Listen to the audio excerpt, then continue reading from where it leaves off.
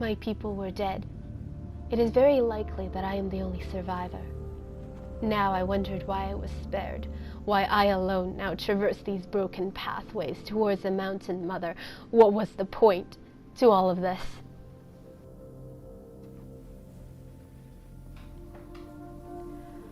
My mind was much like this dark, empty place. These few pillars of light shone down from a better world just out of reach.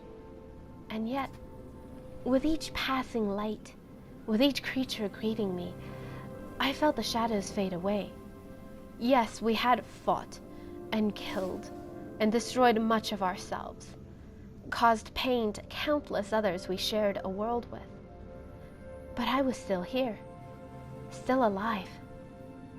The Mountain Mother must have brought me here for a reason. The hollow here resembled an ocean floor, with words of wisdom tucked in dark, recessed corners. Fitting, as the ocean was the place all life was born. I had a sense that I was being cast into the world again, with renewed understanding and wisdom. I had wanted to be a kite rider once. It was a very well-hidden secret, as I had no talent or chemistry with kites. I had a new purpose now, even if I had never seen ribbon creatures like these before. I climbed up and up the towering ribboned jellyfish, tickling their crowns and their tails. I thought I would see more here, see further. But even at the tips of these kelp forests, the dark was pervasive. Eventually, I began to rationalize. Perhaps it wasn't all my people who were guilty.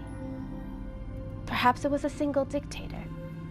Maybe we were misled by scapegoats and propaganda and the agendas of those in power. We couldn't all have been so foolish to forsake these precious gifts of flight and magic we'd been given. These thoughts came and went, because deep down, I knew I was making excuses. We were foolish, reacting to dwindling resources. With fear and violence, if anyone was left, we had to learn from this. No more excuses. Something called to me, and I realized there was a kite in distress. Being needed was a novelty.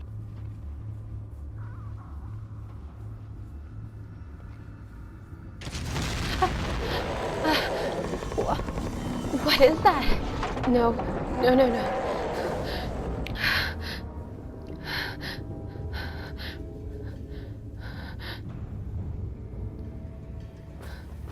I remembered them. I remembered all of them. The white eyes, the screams. I'd seen them before. I thought I'd prepared myself, but I didn't think the serpents would still be here. All right. Shh. Quiet.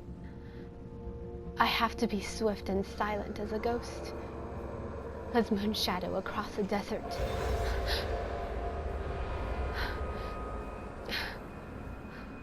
I have to be creeping and careful.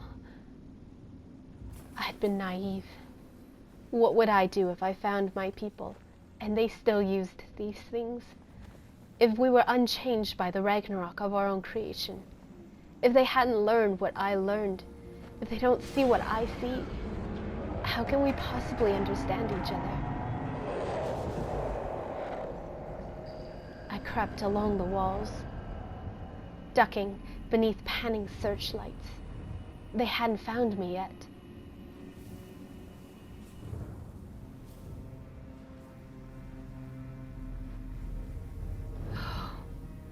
Oh, there were so many of them. Okay, go. What would they do to me if they woke? Surely even in the grips of war, we had not lost our compassion, our sanity. We wanted resources, yes, but surely not enough to kill each other over.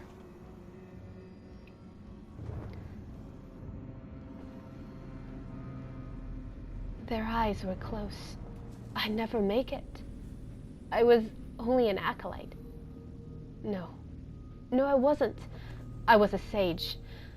I pushed myself as high as my ribbon could carry me, and somehow I made it over the heads of the hungry serpents towards the citadel of words beyond.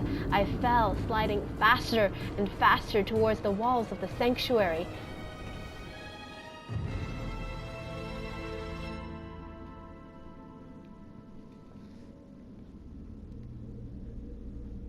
Did they follow me?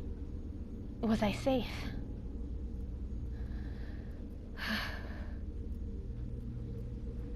The sight of the Mountain Mother made me faint. I was more than ready for her wisdom.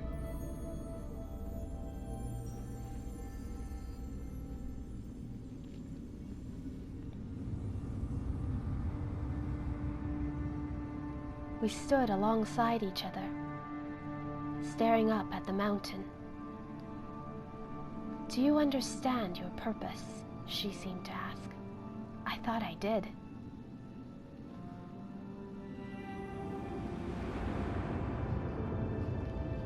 Our war claimed the lives of countless brethren, and over the years, the glittering sand buried any signs that my people were ever here, any evidence of the evils we had committed. But that cannot be, the Mountain Mother decided. Mistakes should not be forgotten.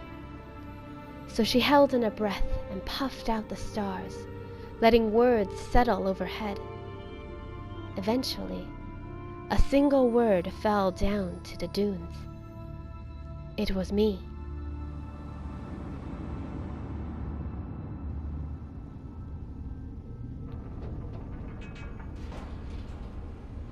The gates to the citadel opened, and lanterns lit along the corridors.